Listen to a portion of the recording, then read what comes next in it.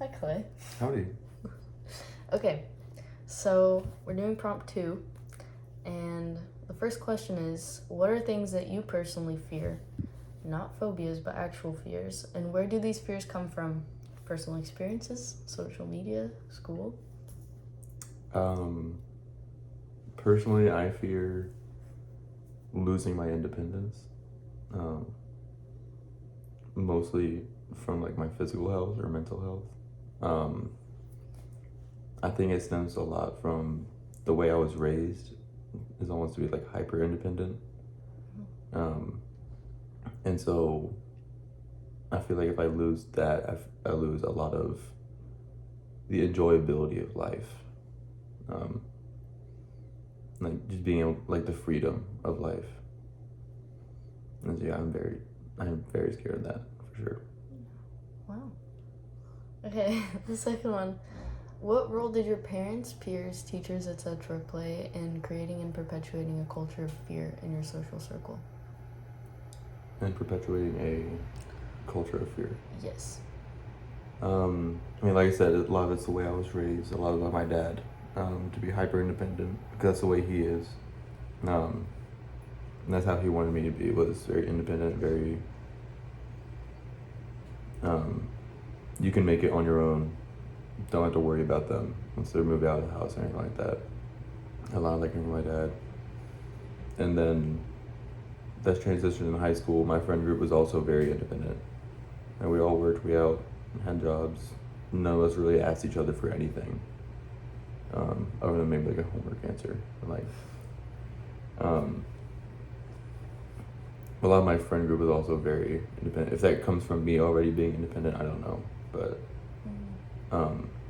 we were all very independent. So being surrounded by it emphasizes your own independence.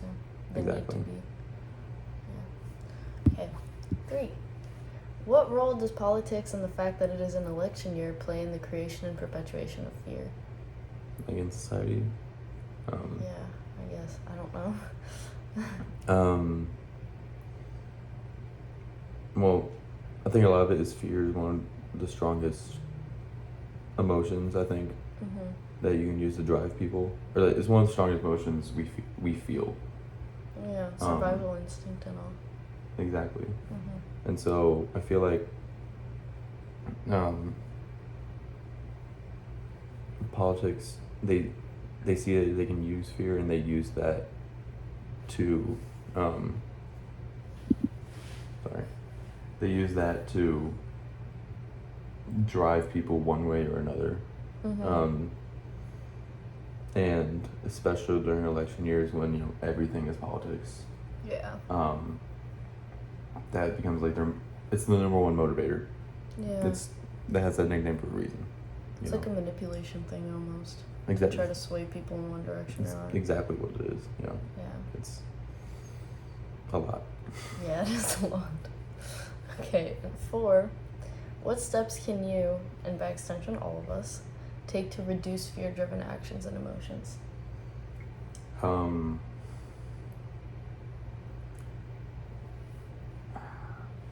Not being afraid of the fear itself. Like, it's okay to have the fear, but being afraid to feel the fear, I think, is what stops a lot of people. Yeah.